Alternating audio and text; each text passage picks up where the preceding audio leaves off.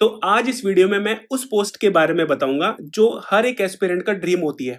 भले ही वो सेलेक्ट होकर किसी और डिपार्टमेंट में चले जाए, लेकिन जब भी कोई एस्पिरेंट एसएससी की तैयारी करने आता है, तो सबसे पहली चीज जो उसके दिमाग में आती है, वो ये आती है कि उसको इनकम टैक्स इंस्पेक्टर बनना है। अब जैसे कि आप सबको पता है कि अभी एसएससी सीजीएल 2025 के लिए पोस्ट प्रेफरेंस के फॉर्म्स आने वाले हैं। तो सबको ये जानना होता है कि प्रेजेंट टाइम में ट्रेंड के अकॉर्डिंग कौन सा डिपार्टमेंट अच्छा है, कौन से डिपार्टमेंट में क्या कमियां हैं। अब यहाँ पर ट्रेंड से मेरा क्या मतलब है? तो देखो, हर 4 से 5 साल में कोई भी डिपार्टमेंट है उसकी पॉलिसीज चेंज होती रहती हैं। जैसे अगर इनकम टैक्स डिपार्टमेंट की बात करूं तो 2020 से पहले ये डिपार्टमेंट बहुत ज्यादा ट्रेंड में था। लेकिन 2020 में क्या हुआ, पॉलिसी चेंज आ गई।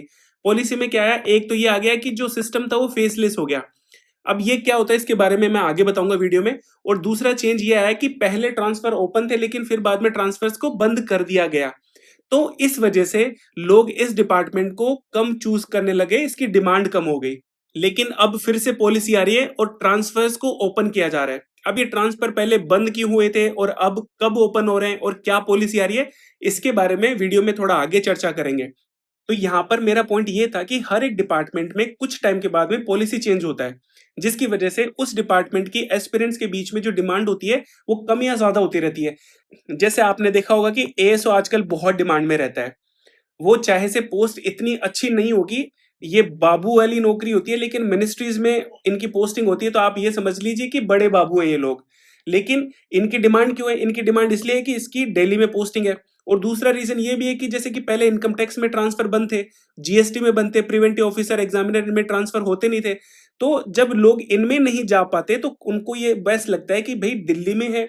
और मोस्टली जो एस्पिरेंट्स होते हैं वो दिल्ली के आसपास के स्टेट्स के ही होते हैं, तो उनको ये वाली जो पोस्ट होती है वो घर के पास में होती है। इस वजह से लोग इनको ज्यादा चूज करते थे, इस वजह से इसकी डिमांड रिसेंट में बहुत ज्यादा बढ़ गई है।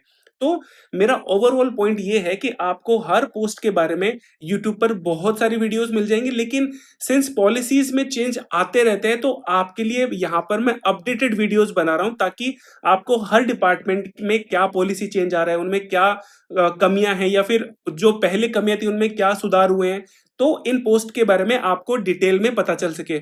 और जिन लोगों को इन पोस्ट के बारे में पहले से पता है उनको भी यहाँ न्यू इन्फॉर्मेशन मिलने वाली है, ताकि उस इन्फॉर्मेशन के अकॉर्डिंग वो पोस्ट प्रेफरेंस को फिल कर सके। तो चलिए आज इस वीडियो में बात करेंगे इनकम टैक्स इंस्पेक्टर की। और हम सीक्वेंस से चलेंगे कि एसएससी के रिजल्ट के बाद में क्या क्या प्रोसीजर होता है। अब इसमें सीजीएल 2025 के थ्रू जो वैकेंसीज है उनकी बात करें तो टोटल 389 वैकेंसीज है इनकम टैक्स इंस्पेक्टर की। और अगर मैं टोटल नॉर्थ साइड में बात करूं तो पटना को इंक्लूड करके यहाँ पर टोटल 200 के आसपास वैकेंसीज बन जाती हैं। ठीक है, और सबसे ज्यादा किसमें है? सबसे ज्यादा बेंगलोर में है और वो है 57। फिर आती है कोलकाता में, कोलकाता में है 56। तो अपनी प्रेफरेंस इन वैकेंसीज को देखते हुए फिल करनी है आपको। फिर आता है प्रोसेस, मतलब एसएससी जब रिजल्ट निकाल देती है उसके बाद में क्या प्रोसीजर होता है उसके बारे में मैं आपको यहाँ पर थोड़ा बता देता हूँ। ठीक है, तो एसएससी रिजल्ट निकालती है, उसके बाद में जो डोजियस होते हैं, डोजियस मतलब आपके बारे में जो इन्फॉर्मेशन होती है, आपके जो डॉक्यूमेंट्स होते हैं वो किसके पास भेजे जाते हैं? वो रिस्पेक्टिव डिपार्टमेंट्स के पास में भेजे जाते हैं। तो ये डोजियर जाएंगे डिपार्टमेंट के पास में। जैसे अभी मैं इनकम टैक्स इंस्पेक्टर की बात कर रहा हूँ तो इनकम टैक्स डिपार्टमेंट के पास में एसएससी डोजियर भेजेगा। और यहाँ से जो डिपार्टमेंट है वो जोन अलोकेशन करेगा। मतलब डिपार्टमेंट के पास में आपके डोजियर आए तो डिपार्टमेंट ने उसके बाद में आपसे एक फॉर्म भरवाया जाएगा, जिसमें आपसे जोन्स पूछे जाएंगे कि आपको कौन सा जोन चाहिए। तो आपकी रैंक के अकॉर्डिंग फिर आपके जोन अलोकेशन होंगे, कि अगर आपकी अच्छी रैंक आई तो आपके मनपसंद जोन मिल जाएगा, अदरवाइज आपको रिमेनिंग जोन्स मिल जाएंगे। ठीक है, अब ये जोन अलोकेशन कैसे होता है, इसमें भी थोड़ी बहुत ट्रिकी चीजें होती हैं जो कि मैं एक अलग वीडियो में आपको बताऊंगा मैं। ठीक है, तो जोन अलोकेशन के बाद में आप रेस्पेक्टिव जोन्स पे जाते हैं, उन डिपार्टमेंट में जाते हैं और वहां पर आपका डीवी होता है। ठीक है, अब देखो डीवी में दो तीन चीजें हैं कि जो मैं बता दूं, क्योंकि अदर जो पोस्टें होती है उनमें फिजिकल टेस्ट होता है। जैसे कि मैं बात करूं जो जीएसटी होता है उसमें फिजिकल टेस्ट होता है, उसमें कलर ब्लाइंड को लेकर लोग अलाउड नहीं करते। लेकिन इनकम टैक्स में जो है वो अलाउ करते हैं, कलर ब्लाइंड जो होते हैं उनको अलाउ होता है इनकम टैक्स में। और फिजिकल टेस्ट भी नहीं होता है, मेडिकल टेस्ट होता है, लेकिन वो बिल्कुल नॉर्मल होता है जैसे कि सारी पोस्टों में होता है। इनमें कोई खास मेडिकल टेस्ट ऐसे कुछ होते नहीं है। ओके, फिर बाद में आपकी ज्वाइनिंग होती है डीवी के बाद में। और डीवी के बाद में अब देखो ट्रेनिंग की बात आती है। अब कुछ को इनमें डाउट रहता है कि ज्वाइनिंग के बाद में पहले ट्रेनिंग करवाते हैं और फिर ज्वाइनिंग देते हैं। तो देखो ये जरूरी नहीं है। हो सकता है कि आपकी जो ट्रेनिंग है ज्वाइनिंग के कुछ महीने भर के अंदर हो जाए, हो सकता है आपकी ट्रेनिंग 1 साल बाद में हो जाए। तो ये कोई टाइम फिक्स नहीं होता है। जैसे ही ट्रेनिंग सेंटर्स खाली होते हैं, वो आपको ट्रेनिंग के लिए बुला लेते हैं। अब देखो ट्रेनिंग पहले और अब में थोड़ा-सा डिफरेंस आ चुका है। ट्रेनिंग पहले 60 दिनों की होती थी वर्किंग डेज़ की, ठीक है? इसमें सैटरडे और संडे इंक्लूडेड नहीं होता है। मतलब पहले 60 वर्किंग डेज़ की ट्रेनिंग होती थी, लेकिन अब इनको बढ़ा के कितना कर दिया गया है? 90 डेज़ कर दिया गया है और ये वर्किंग डेज़ है, इसमें सैटरडे, संडे इंक्लूडेड नहीं है, ओके? इसके अलावा पहले जो आपको जो अलाउंस मिलते थे, अब ये जो अलाउंसेस है, वो किसको मिलते थे? जैसे मान लेते हैं मेरी जो पोस्टिंग है, वो अभी कोयंबटूर के अंदर है, ठीक है? मेरी ट्रेनिंग कहाँ होगी? मेरी ट्रेनिंग होगी चेन्नई के अंदर। तो ऐसे लोग जो आउट स्टेशन से आते हैं, मतलब मैं कोयंबटूर से ट्रेनिंग करने जाऊँगा चेन्नई में, तो मेरे को यहाँ पे रहने के लिए जगह चाहिए होगी, आने-जाने के लिए मेरे को किराया चाहिए होगा, तो उसके लिए हमको अलाउंसेस मिलते हैं। तो वो कितना था? पर डे का ₹1770 मिलते थे, जिसमें रहने का और आपके जो ट्रैवलिंग का होता है, वो सारा इंक्लूडेड है इसके अंदर, ओके। लेकिन अब क्या इन्होंने बढ़ा दिया है, ठीक है? तो बढ़ के कितना हो गया है? बढ़ के ₹2000 हो गया है। मतलब अगर आप किसी और सिटी में रहते हैं, जैसे आप किसी और सिटी में रहते हैं और आपकी ट्रेनिंग किसी और सिटी में है, तो आपको पर डे के हिसाब से ₹2000 मिलेंगे सैलरी के अलावा। ये सारे जो अलाउंसेस है वो सैलरी के अलावा मिलते हैं आप लोगों को, ओके। और जो चेन्नई में ऑलरेडी जिनका पोस्टिंग है, उनकी ट्रेनिंग चेन्नई में होती है, उनको कुछ नहीं मिलता है, ₹0 मिलता है। तो ये जो अलाउंसेस है वो किनको मिलते हैं? जो आउटर स्टेशन में रहते हैं और किसी और सिटी में जाके वो अपनी ट्रेनिंग करते हैं तो। और यही ₹2000 का जो अमाउंट है वो टूर के अंदर में मिलता है। जैसे आपको किसी काम के लिए दूसरी सिटी में भेजा जाता है, ठीक है? जैसे आप रेड करने गए, चलो रेड करने का तो एक अलग सिस्टम हो गया, लेकिन किसी काम से अगर आप दूसरी सिटी में जाते हैं, तो आपको अगर वहाँ पर रुकते हैं, तो आपको इसके अकॉर्डिंग ₹2000 पर डे के अकॉर्डिंग पैसा मिलेगा वहाँ पर रहने और खाने का, ठीक है? रहने और आने-जाने का, ओके?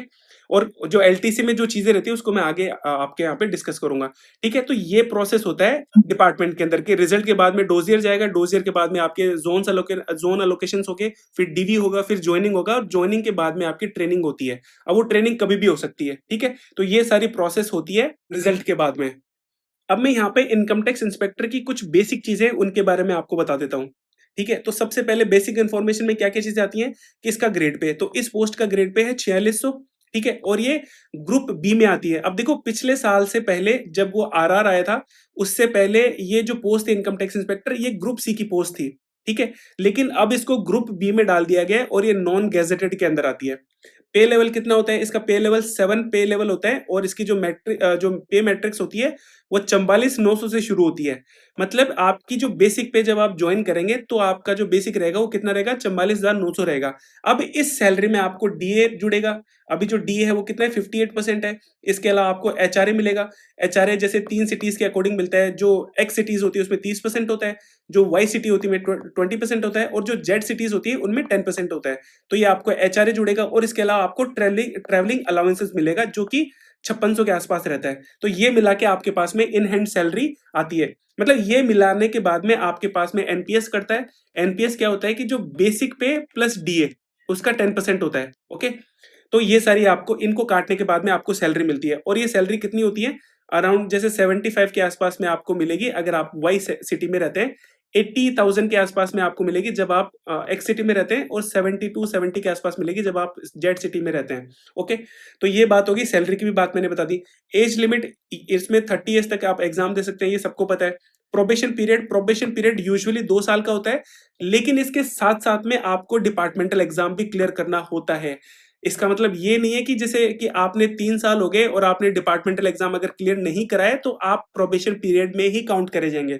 डिपार्टमेंटल एग्जाम आपके लिए इंपॉर्टेंट है क्लियर करना, ओके? फिर आता है कि सैलरी के अलावा और क्या-क्या अलाउंसेस मिलते हैं। तो देखो दिवाली का बोनस मिलता है जो कि 8,000 के आसपास मिलता है। पेट्रोल अलाउंसेस ये देखो किसी को नहीं मिलता है, लेकिन इनकम टैक्स इंस्पेक्टर को पेट्रोल अलाउंसेस मिलते हैं। क्यों?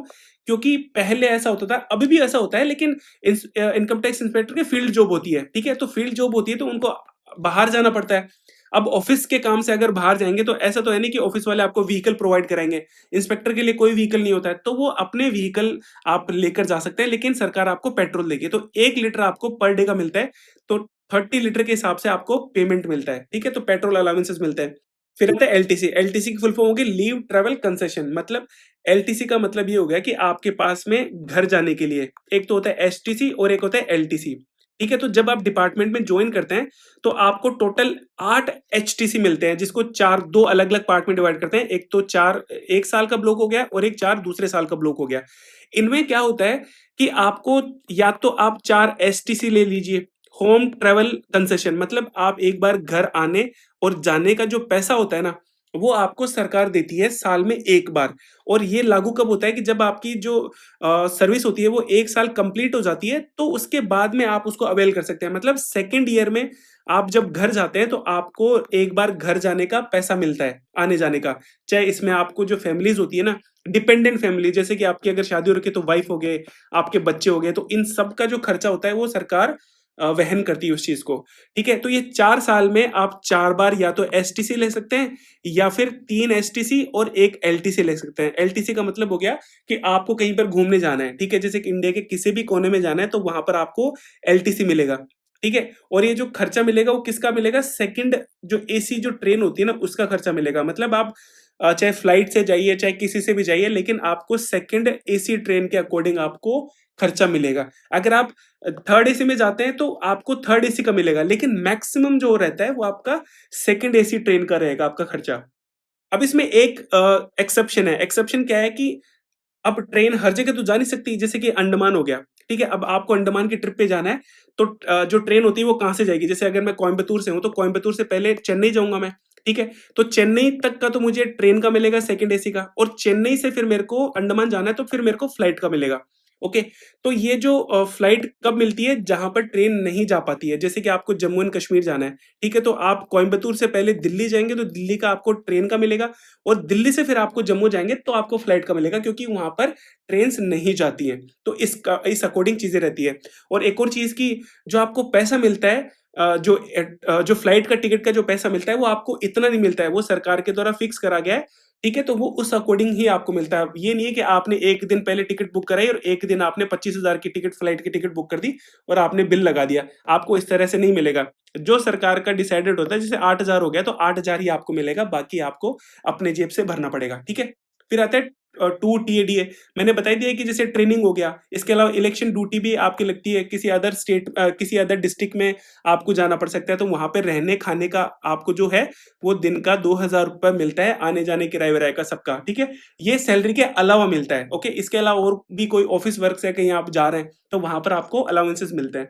फिर इसके अलावा जो चाइल्ड एजुकेशन अलाउंसेस है, वो भी मिलता है आपको। ये आपको हर साल मिलता है और ये 33,000 के अराउंड आपको मिलता है हर साल और 2 बच्चों के लिए मिलता है। मतलब अगर आपके 3 बच्चे हैं तो आपको नहीं मिलेगा, लेकिन 2 बच्चे हैं तो आपको कितना मिलेगा 30,000 ₹33,750 आपको टोटल चाइल्ड एजुकेशन अलाउंसेस मिलेगा पर ईयर और ये सबके लिए सेम रहता है। मतलब चाहे आप टीए हो, चाहे एमटीएस हो, चाहे आप कोई भी जो आईआरएस होते हैं, उनको भी सब चीज़ें सेम ही मिलती हैं। उनके उनके लिए ज़्यादा नहीं मिलती है, सबको सेम ही मिलता है। इसके अलावा आपको एक बैग भी मिलता है और वो बैग आपको 3 साल में 1 बार मिलता है।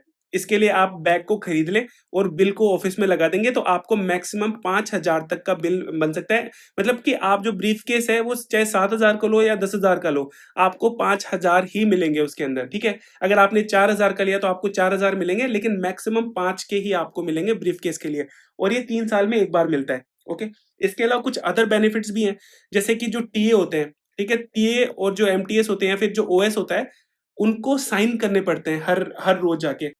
लेकिन इंस्पेक्टर का जो काम होता है वो फील्ड वर्क भी होता है, तो फील्ड वर्क के होने की वजह से उनको साइन नहीं करने पड़ते हैं। मतलब आप अगर 12 बजे भी आ रहे हो, तो भी आपको अगर आपका आईटीओ या फिर जो भी आपका ऑफिसर है, अगर उसको कोई दिक्कत नहीं है, तो आपको कोई प्रॉब्लम नहीं होगी। अदरवाइज़ जो टीए वगैरह होते हैं, उनको टाइम भी लिखना होता है और वहाँ पे साइन भी करने होते हैं। मैं बायोमेट्रिक की बात नहीं कर रहा हूँ यहाँ पे, ठीक है? बायोमेट्रिक जो लगती है वो सबके लिए मैंडेटरी होती है।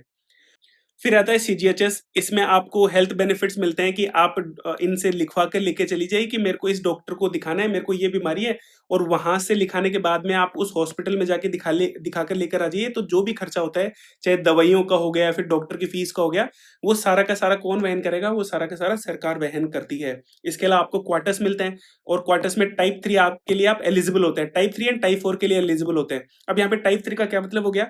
टाइप 3 का मतलब हो गया 2 बीएचके, 2 बीएचके का मतलब हो गया 2 रूम, 1 हॉल और 1 किचन आपको मिलता है, ठीक है? तो ये आपको फैसिलिटीज़ मिलती हैं। इसके अलावा अगर मैं प्रमोशन की बात करूँ, अब जो प्रमोशन होते हैं वो साउथ में थोड़ा जल्दी होते हैं, नॉर्थ के कंपैरिज़न में, क्यों? क्योंकि साउथ में जो लोग हैं वो मोस्टली नॉर्थ इंडियंस आते हैं। अब ये नॉर्थ इंडियंस क्या करते हैं कि छोड़-छोड़ के चले जाते हैं या फिर दूसरी जॉब में चले जाते हैं या फिर ट्रांसफर ले लेते थे पहले, ठीक है? तो इस वजह से यहाँ पर लोग कम होते थे और प्रमोशन के लिए उतनी सीटें होती थी, इस वजह से इनको जल्दी मिल जाता था। पहले तो 4-5 साल में ही वो आईटीओ बन जाते थे, लेकिन अब ऐसा केस नहीं है, क्योंकि ट्रांसफर तो बंद थे ना, तो ट्रांसफर बंद होने की वजह से बहुत कम लोग यहाँ से ट्रांसफर लेके जा पाए और यहाँ पर सफिशिएंट नंबर ऑफ आदमी है, जिस वजह से इतना जल्दी प्रमोशन नहीं होता है। मतलब आराम से 6 से 7 साल आपको लग जाते हैं आईटी के प्रमोशन में, ठीक है?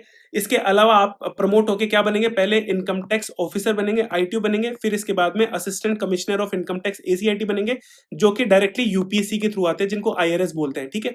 इसके बाद में आप deputy commissioner of income tax बनेंगे, फिर बाद में बनते हैं आप joint commissioner of income tax. मतलब अगर आप इंस्पेक्टर की पोस्ट से अगर आप डायरेक्ट डिपार्टमेंट में जाते हैं, तो आप मैक्सिमम जेसीआईटी तक जा सकते हैं, ठीक है? मतलब एडिशनल तक भी जाते हैं, लेकिन अब वो चीजें पॉसिबल नहीं है, आप जेसीआईटी तक ही पहुंच सकते हैं प्रमोशन लेके, ठीक है? फिर आता है इंक्रीमेंट। अब देखो इंक्रीमेंट कैसे लगता है, उसको मैं आपको बता देता हूँ कि दो टाइप के होते हैं इंक्रीमेंट। एक तो हर 6 महीने में जो इंक्रीमेंट होता है उसको बोलते हैं डीए, जिसको डीएनएस अलाउंस बोलते हैं, फिर महंगाई भत्ता बोलते हैं, जो कि हर 6 महीने में 2 से 3% इंक्रीज होता है। ओके। दूसरा होता है आपका ईयरली, ठीक है? अब ईयरली मतलब आपका जैसे कि बेसिक पे अभी जब आप ज्वाइन करेंगे तो 44,900 आपका बेसिक पे रहेगा। तो जो पहला इंक्रीमेंट आएगा ना 1 साल बाद में, वो कितना आएगा, 46,000 के आसपास आएगा। तो इसमें आपका बेसिक पे इंक्रीज होता है, ठीक है? लेकिन ये जो इंक्रीमेंट होता है ये आपका सिर्फ डियरनेस अलाउंस में इंक्रीमेंट होता है, ना कि बेसिक पे में। बेसिक पे में आपका सिर्फ 1 साल में एक बार होता है। अब इसमें भी रूल है, जैसे मान लेते हैं कि आपने 1 जनवरी को ज्वाइन कर लिया, ठीक है? 1 जनवरी को जब आप ज्वाइन कर लेते हैं तो आपका 1 जुलाई को पहला इंक्रीमेंट आ जाएगा, कौन सा, ये वाला, जिसमें आपका बेसिक पे इंक्रीज होता है। लेकिन अगर आप 2 जनवरी या इसके बाद ज्वाइन करते हैं तो आपका नेक्स्ट इंक्रीमेंट कब आएगा, 1 जनवरी को आएगा, नेक्स्ट 1 जनवरी को, ठीक है? तो मैंने जैसे डिपार्टमेंट को 31 दिसंबर को ज्वाइन करा था, ठीक है? 31 दिसंबर 2021 को ज्वाइन करा था, तो मेरा जो फर्स्ट इंक्रीमेंट आया ना, तो वो 1 जुलाई को ही आ गया था, मतलब 6 महीने में ही आ गया था। तो ये रूल होते हैं इंक्रीमेंट को लेकर। ओके। तो ये सारी तो बेसिक इंफॉर्मेशन होगी इनकम टैक्स इंस्पेक्टर की पोस्ट के बारे में। अब बात करते हैं इसकी ट्रांसफर पॉलिसी की। देखो ट्रांसफर पॉलिसी इसकी क्या है, दो टाइप के ट्रांसफर्स होते हैं। एक तो बोलते हैं इसको आईसीटी, जिसका फुल फॉर्म होता है इंटरचार्ज ट्रांसफर, और दूसरा होता है एजीटी, एनुअल जनरल ट्रांसफर्स। तो ये जो आईसीटी होता है वो तो होता है इंटरजोनल, ठीक है? और एजीटी होता है इंट्राजोनल। अब इंटर और इंट्रा में क्या मतलब है कि आपको, जैसे मेरे को चेन्नई जोन मिला है, ठीक है? तो जो एजीटी होता है वो क्या करते हैं कि जो तमिलनाडु जो रीजन होता है उसी में आपके ट्रांसफर्स करेंगे, ठीक है? तो उसको तो बोलेंगे एजीटी। लेकिन तमिलनाडु रीजन से अगर मेरे को राजस्थान रीजन में जाना है, राजस्थान जोन में जाना है, तो वो जो ट्रांसफर होता है उसको क्या बोलते हैं, आईसीटी बोलते हैं, इंटरजोनल बोलते हैं। अब 2020 से पहले शायद 2019 के आसपास में आईसीटी को बंद कर दिया गया था। मतलब अब केस क्या था, केस ये था कि रूल होते हैं कि अगर आप दूसरे जोन में जाते हैं ना, तो आपकी जो सीनियोरिटी है वो आपको लैप्स हो जाएगी। मतलब आपने यहाँ पे 5 साल काम करा इस डिपार्टमेंट में, इनकम टैक्स में, और 5 साल बाद में अगर आप यहाँ पर राजस्थान में जाएंगे तो आपकी सीनियोरिटी बिल्कुल जीरो हो जाएगी, ठीक है? मतलब आपकी सीनियरिटी बिल्कुल यहाँ पे लैप्स हो जाएगी। तो क्या करा कुछ लोगों ने, यहाँ से उन्होंने जो एनओसी तो भरा लिया कि मेरे को कोई दिक्कत नहीं है, मेरी सीनियरिटी बिल्कुल जीरो कर दो, लेकिन यहाँ पे ज्वाइन करने के बाद में ये चले गए हाई कोर्ट में, और हाई कोर्ट में डाल दी याचिका कि भाई हमने 5 साल डिपार्टमेंट में काम करा, और 5 साल डिपार्टमेंट में काम करने के बाद में भी हमारी जो अभी सर्विस है वो कितनी है, वो जीरो सर्विस है। तो कोर्ट ने बोला कि इस तरह से तो नहीं होना चाहिए, तो कोर्ट ने जिन्होंने ट्रांसफर लिया उनके पक्ष में फैसला सुना दिया, ठीक है? तो ये जो इनकम टैक्स डिपार्टमेंट था उन्होंने क्या करा कि इस पॉलिसी को ही बंद कर दिया कि अब कोई ट्रांसफर लेकर ही नहीं जा सकता, जो जहां पर है वो वहीं पर रहेगा। तो ये रीजन थे कि उन्होंने आईसीटी बंद क्यों करी। अब बात आती है कि आईसीटी वापस क्यों चालू कर रहे हैं। तो देखो आईसीटी वापस इसलिए चालू कर रहे हैं, तो वो आईसीटी इसलिए चालू कर रहे हैं कि जो डिपार्टमेंट था, उन्होंने आईसीटी जब बंद करी है, तो कुछ रूल्स दिए थे कि आप लोन बेसिस पे किसी दूसरे जोन में जा सकते हैं। लोन बेसिस का मतलब हो गया कि आप 3 साल तक किसी दूसरे जोन में या फिर अपने होम टाउन में जा सकते हैं, लेकिन 3 साल बाद में आपको वापस आना पड़ेगा। तो क्या करा कि लोन बेसिस पे जो लोग चले गए, उन्होंने भी वापस से क्या कर दिया, कोर्ट केस कर दिया। उन्होंने बोला कि सर हम तो यहाँ, हमारा होम स्टेट है, हम यहाँ ही पे रहना चाहते हैं, तो मतलब कि हम वापस नहीं जाना चाहते वहां पे, ठीक है? तो ऐसे हाई कोर्ट के पास में बहुत सारे केस आ गए। तो इसको लेकर हाई कोर्ट ने डिपार्टमेंट को बोला कि भाई इसको लेकर कुछ करिए आप। और डिपार्टमेंट भी इस बात से तंग आ चुका था कि वो काम करे या फिर हाई कोर्ट के चक्कर लगाए, क्योंकि डिपार्टमेंट की तरफ से भी तो कोई आदमी जाना चाहिए था ना, जो हाई कोर्ट को समझाए कि प्रॉब्लम क्या है। तो इस चक्कर में हाई कोर्ट ने जब इनको बोला कि आप पॉलिसी बनाइए, तो डिपार्टमेंट अभी इसके बारे में पॉलिसी बना रहा है। और 100% ये जो अप्रैल है, अप्रैल 2026, इस फाइनेंशियल ईयर से आईसीटी लागू हो जाएगी। और अब इसके बाद में जो ट्रांसफर्स है वो ओपन हो जाएंगे। मतलब अगर आप डिपार्टमेंट को सीजीएल 2025 के थ्रू अगर ज्वाइन करते हैं तो आपका 4 से 5 सालों में आराम से ट्रांसफर हो जाएगा अपने होम टाउन के अंदर। तो ये एक अच्छी चीज हुई है इस डिपार्टमेंट के अंदर। ठीक है, फिर मैंने बताया एजीटी। अब एजीटी में जोनल ट्रांसफर्स होते हैं, इंट्रा जोनल्स होते हैं, मतलब चेन्नई के अंदर ही आपको इधर उधर वो भेज सकते हैं। ऐसे तो स्टेशन चेंज नहीं करते हैं वो, लेकिन अगर आप कोई आपको जैसे मान लो मैं कोयम्बतूर में, अगर मेरे को चेन्नई जाना है तो मैं एजीटी में डाल दूंगा कि सर मेरे को चेन्नई में जाना है, तो आपका और चेन्नई में ट्रांसफर कर देंगे। तो ये दो टाइप के ट्रांसफर्स होते हैं। अब हम बात करते हैं इनकम टैक्स डिपार्टमेंट की ओवरऑल वर्क प्रोफाइल पे, कि इनकम टैक्स डिपार्टमेंट में किस टाइप का काम होता है। तो देखो, इनकम टैक्स डिपार्टमेंट में दो टाइप के काम होते हैं मेनली। एक तो असेसमेंट और दूसरा नॉन असेसमेंट। असेसमेंट में क्या होता है कि इसमें हम ये एनालाइज करते हैं कि टैक्स पेयर ने पूरा टैक्स पे करा कि नहीं करा। ठीक है, फॉर एग्जांपल कि एक आदमी ने किसी बैंक के अंदर 1 करोड़ रुपए जमा करा दिए, और वो भी कैश में जमा करा दिए। मतलब अगर ये अपने दूसरे बैंक खाते से इस बैंक खाते में ट्रांसफर करता तो उसमें कोई दिक्कत नहीं होती। लेकिन इस भाई साहब ने अगर कैश डिपॉजिट करा दिया और उस कैश के बारे में इसने अपने आईटीआर में नहीं बताया, तो डिपार्टमेंट इसको नोटिस भेजेगा और पूछेगा कि भैया आपके पास में ये 1 करोड़ कहां से आया, और था तो आपने आईटीआर क्यों नहीं भरा। तो आपको आईटीआर के साथ में, आपको टैक्स के साथ में आपको पेनल्टीज भी पे करनी पड़ेगी। तो इस तरह से जो का काम जो होता है वो असेसमेंट का होता है, जो कि एनालाइज करता है, ठीक है, कि टैक्स पेयर ने पे करा कि नहीं करा। मतलब मेनली यहाँ पर असेसमेंट में क्या होता है, स्क्रूटनी होती है कि उसने टैक्स को पे करा कि नहीं करा। लेकिन नॉन असेसमेंट में क्या होता है, स्क्रूटनी नहीं होती है, यहाँ पर बस टैक्स कलेक्ट होता है। जैसे कि टीडीएस, टीडीएस का क्या मतलब हो गया, इसको बोलते हैं टैक्स डिडक्शन एट सोर्स। मतलब अपनी जो इनकम होती है ना, जो सैलरी आती है, जो सैलरी पे जो हम टैक्स पे करते हैं, उसको क्या बोलते हैं, टीडीएस ही बोलते हैं। तो जो नॉन असेसमेंट का जो सेक्शन होता है, उसमें सिर्फ आपको टैक्स कलेक्शन कलेक्शन पे ध्यान देना होता है, असेसमेंट आपको नहीं करना होता है। तो इसमें मेनली तीन सेक्शंस आते हैं, एक तो इन्वेस्टिगेशन विंग, एक टीडीएस और एक आईएनसी। ओके, तो ये मेनली इनकम टैक्स का काम होता है। अब यहाँ पे मेरे को कुछ चीजें और बतानी है कि हम जब डिपार्टमेंट के बारे में सोचते हैं ना, जब हम तैयारी करते हैं, तो हमारे दिमाग में क्या होता है कि यार इनकम टैक्स में जाएंगे तो रेड करेंगे, हम तो रेड पे जाएंगे, ये जाएंगे। लेकिन रेड पर कौन जाता है, मेनली ये लोग जाते हैं, इन्वेस्टिगेशन विंग वाले। मतलब अगर आपको आपका जो सेक्शन है अगर इन्वेस्टिगेशन विंग है तो आप रेड में जाएंगे। ठीक है, अदरवाइज आपको इतना चांसेस नहीं मिलते दूसरे सेक्शंस वालों को। इनको चांसेस कब मिलता है रेड में जाने का, जब यहाँ पर मेन पावर ज्यादा चाहिए होती है। जैसे मान लेते हैं कि बहुत बड़ी रेड है, बहुत बड़ी रेड का मतलब हो गया कि अलग अलग जगह उनके ऑफिसेस है, 30-40 ऑफिसेस है। अब इन्वेस्टिगेशन विंग में इतने लोग तो होते नहीं है, तो वो लोग क्या करते हैं कि जो अदर सेक्शंस होते हैं उनमें भी जो वर्क फोर्स होती है उनको लेकर जाते हैं। लेकिन मेन काम किनका रहता है, मेन काम इन्वेस्टिगेशन विंग का रहता है। हम तो बस ओनली वर्क फोर्स रहती है, मतलब उनको हेल्प करते हैं रेड के अंदर। वो हमको डायरेक्शन देते हैं कि आपको ये चीजें करनी है, तो वो चीजें हम करते हैं इसमें। ठीक है, तो हमारे दिमाग में जो चीजें रहती है ना कि इनकम टैक्स डिपार्टमेंट का मतलब हो गया कि रेड पे जाएंगे, रेड पे जाएंगे, तो ऐसा नहीं होता है। रेड पे केवल यही लोग जाते हैं। अब इसमें मेरे को एक और चीज बतानी है, वो है फेसलेस। अब जैसे मैंने बताया कि 2020 में फेसलेस इंट्रोड्यूस हुआ, तो पहले क्या था और अब क्या था उसका मैं थोड़ा सा एग्जांपल दे देता हूँ। जैसे कि असेसमेंट जो होता है ना, असेसमेंट का क्या मतलब हो गया कि आपने ये पैसा जो, जैसे मैंने बताया ना कि अभी 1 करोड़ कैश वाला मैंने जो आपको एग्जांपल दिया था, कि डिपार्टमेंट उनको लेटर भेजेगा कि आपको आपने ये कैश जमा क्यों नहीं कराया।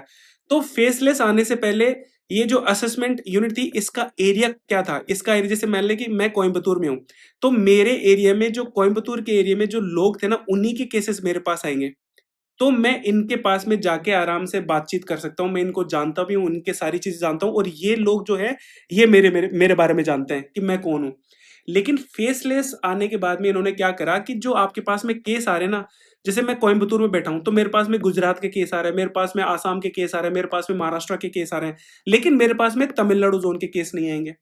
वह यहीं पर जो अहमदाबाद में जो इनकम टैक्स ऑफिसर बैठा है या फिर जो भी इनकम टैक्स डिपार्टमेंट के बैठे हैं, उनके पास में गुजरात रीजन के नहीं आएंगे, लेकिन तमिलनाडु रीजन के यहाँ पे चले जाएंगे। तो इससे होता क्या है कि आप उस एसएससी के बारे में जानते कि वो कौन था और ना ही वो आदमी आपके बारे में जानता है। तो ये क्या हो गया? फेसलेस हो गया। और सारी चीज़ें कैसी होती हैं? सारी चीज़ें वीडियो कॉन्फ्रेंसिंग के थ्रू होती हैं और वो भी पोर्टल के थ्रू होती है। इनकम टैक्स डिपार्टमेंट की जो वेबसाइट होती है उसके पोर्टल के थ्रू सारी चीज़ें होती हैं। इसी वजह से इसको क्या बोलते हैं? फेसलेस बोलते हैं। और यहीं पर अब जैसा कि बोला जाता है कि पावर खत्म हो गई या फिर पैसा खत्म हो गया, वो इसी वजह से हो गया क्योंकि अब लोग जानते ही नहीं है कि किससे बात करनी है, क्या बात करनी है। ओके? तो ये चीज़ आ गई फेसलेस के बारे में। तो आई होप मैंने वर्क प्रोफाइल को एक बेसिक आइडिया तो दे दिया कि किस तरह की वर्क काम होता है इनकम टैक्स डिपार्टमेंट में। अब मैं आपको बताऊँगा कि इनकम टैक्स इंस्पेक्टर का इन डिपार्टमेंट्स में या फिर इन सेक्शंस में क्या काम रहता है। ओके, सबसे पहले बात करता हूँ इन्वेस्टिगेशन विंग की। अब देखो आपने ये चीज़ तो सुनी होगी कि भई इनकम टैक्स इंस्पेक्टर की पोस्ट पावरफुल पोस्ट होती है। तो देखो इसकी मैं आज थोड़ा रियलिटी आपको बता देता हूँ कि इनकम टैक्स डिपार्टमेंट के अंदर आपकी कोई इतनी पावर आपको फ़ील नहीं होगी, लेकिन इनकम टैक्स डिपार्टमेंट के बाहर जब जाएँगे तो सोसाइटी आपको इस नज़र से देखती है कि भई आप तो बहुत ऊँची पोस्ट पर हो। तो आपको वहाँ ज़रूर फ़ील होता है या फिर आप किसी बैंक में जाते हैं, किसी अदर ऑफ़िस में जाते हैं या फिर किसी पुलिस वाले के साहब से बात करते हैं, तो उनको जब आप बताते हैं कि मैं इनकम टैक्स डिपार्टमेंट से हूँ, मैं इंस्पेक्टर की पोस्ट पर हूँ, तो वो लोग आपको एक अलग नज़र से देखते हैं, ठीक है? वो आपको थोड़ा रिस्पेक्ट की नज़र से देखते हैं, तो वहाँ पर आपको पावर फ़ील हो सकती है। लेकिन डिपार्टमेंट के अंदर या फिर ओवरऑल मैं देखूँ जहाँ पर आपको रियल पावर फ़ील होती है, तो वो सेक्शन कौन-सा है? वो है इन्वेस्टिगेशन विंग जो रेड करते हैं, ठीक है? जिसमें आपको रियल पावर फ़ील होती है, जो आपको मूवीज़ में देखते हैं ना, वैसी पावर आपको फ़ील होती है इस सेक्शन के अंदर। क्योंकि यहाँ पर जो मेन काम होता है ना, वो काम होता है इंस्पेक्टर का। मतलब आप कोई रेड कंडक्ट करवा रहे हो, ठीक है? तो रेड कंडक्ट करवाने से पहले बहुत सारी इन्फॉर्मेशन होती है, बहुत सारे काम होते हैं। तो जो ग्राउंड लेवल पे जो काम होता है ना, वो कौन करता है? वो करता है इंस्पेक्टर। मतलब जो उसके ऊपर जो अधिकारी लोग होते हैं, वो सिर्फ़ पेपर वर्क करते हैं, लेकिन ग्राउंड लेवल पे जो सारे काम होते हैं, वो करते हैं इंस्पेक्टर। तो इसके अंदर आपको बहुत सारी जो पावर होती है, वो फ़ील होती है और रियल में पावर होती भी है। तो ये जो इन्वेस्टिगेशन विंग है, यहाँ पर जाकर आपको लगेगा कि हाँ भई, मैं इनकम टैक्स डिपार्टमेंट में आया हूँ और ये एकमात्र ऐसा सेक्शन है, जो कि इनकम टैक्स डिपार्टमेंट का रियल काम करता है। बाकी तो टाइम पास करते हैं, इसी में मेन काम होता है। इसके अलावा अगर टीडीएस में बात करें, तो टीडीएस में आपका काम जैसे मैंने बताया ना कि फील्ड वर्क भी होता है, तो आपको नोटिस देकर आने होते हैं और ये नॉन असेसमेंट है, मतलब टैक्स कलेक्शन के आपको नोटिस देकर आने होते हैं। नोटिस क्यों कब देकर आने होते हैं? जैसे मान लेते हैं कि आपने नोटिस जनरेट करा, ठीक है? अब वो नोटिस जनरेट कैसे करेंगे? एक तो आपको ऑनलाइन भेजते हैं वहाँ पे, ठीक है? इसके अलावा हम बाई पोस्ट भेजते हैं।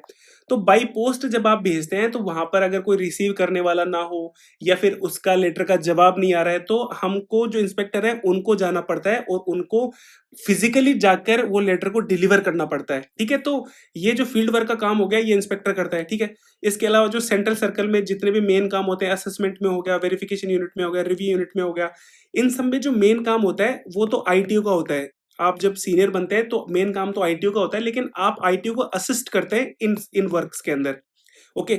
लेकिन इन असेसमेंट के कामों में आपका फील्ड जॉब नहीं होती है। आपको ऑफ़िस में ही जाना पड़ेगा, ऑफ़िस में ही काम करना पड़ेगा, अदरवाइज़ आपको बाहर नहीं जाना पड़ेगा। लेकिन नॉन असेसमेंट वाले कामों में आपको बाहर जाना पड़ सकता है। हाँ, इसमें जो वेरिफिकेशन यूनिट है, इसका काम क्या होता है? इसमें आपको बाहर जाना पड़ता है। कैसे? जैसे मान लेते हैं कि असेसमेंट यूनिट ने कोई लेटर भेजा, ठीक है? कि मैंने जैसे एग्ज़ाम्पल लिया था कि बैंक वाला, ठीक है? कि बैंक में किसी ने 1 करोड़ रुपए जमा करा दिए। अब हमने इसको लेटर भेजा, लेकिन इस लेटर का कोई जवाब नहीं आया। तो हम किसको बोलेंगे? वेरिफिकेशन यूनिट को बोलेंगे कि भैया आप देख कर आओ कि यहाँ पर ये लेटर डिलीवर हुआ कि नहीं हुआ, या फिर आप जाकर वहाँ पर लेटर को डिलीवर करके आओ। तो यहाँ का इंस्पेक्टर जाएगा और उस लेटर को डिलीवर करके आएगा। तो इस तरह के काम होते हैं, लेकिन मेनली असेसमेंट में आपको बाहर जाना नहीं पड़ता है, नॉन असेसमेंट में आपको बाहर जाना पड़ता है। तो ये वर्क प्रोफाइल होगी इनकम टैक्स इंस्पेक्टर की। अब बात करते हैं इनकम टैक्स इंस्पेक्टर के प्रोस एंड कॉन्स की और मिथ्स की। तो सबसे पहले अगर मैं प्रोस की बात करूँ, तो इसका सबसे पॉजिटिव एस्पेक्ट अगर अब है, तो वो है ट्रांसफर्स, ठीक है? क्योंकि ट्रांसफर अब ओपन हो चुके हैं, मतलब ओपन होने वाले हैं। अप्रैल 2026 से ट्रांसफर्स ओपन हो जाएँगे, तो ये इसका सबसे इम्पोर्टेंट पॉइंट है। फिर दूसरा आता है रिस्पेक्ट। आपको सोसाइटी में बहुत ज़्यादा रिस्पेक्ट मिलेगी अगर अदर डिपार्टमेंट के कंपैरिज़न में। तीसरा वर्क लाइफ बैलेंस है, मतलब आपकी जो जॉब रहेगी वो 9:15 से लेकर 5:45 के बीच में रहेगी, मतलब आप जब ऑफिस से बाहर निकले और आपका काम ऑफिस का वहीं खत्म हो जाता है। लेकिन कुछ ऐसे डिपार्टमेंट्स हैं जहाँ पर आपको उसकी हेडेक भी आती है और साथ में आपको रात में बुला भी लेते हैं। कुछ ऐसे डिपार्टमेंट्स हैं जहाँ पर आपको नाइट ड्यूटी भी देनी पड़ती है, जैसे कि प्रिवेंटिव ऑफिसर में आपको नाइट ड्यूटी भी जाना पड़ता है। तो यहाँ पर वर्क लाइफ बैलेंस बहुत अच्छा है। आपको सैटरडे संडे की छुट्टी मिलती है, तो आप चाहे जो करना है करिए। मतलब आपकी जो सोशल लाइफ़ है ना, वो खत्म नहीं होती है। जैसे कि सीबीआई में आपकी बिल्कुल सोशल लाइफ़ खत्म हो जाती है। आपका कोई सैटरडे संडे नहीं है, आपको जाना पड़ेगा, आपको रात में 2 बजे बुलाए, आपको 2 बजे भी जाना पड़ेगा।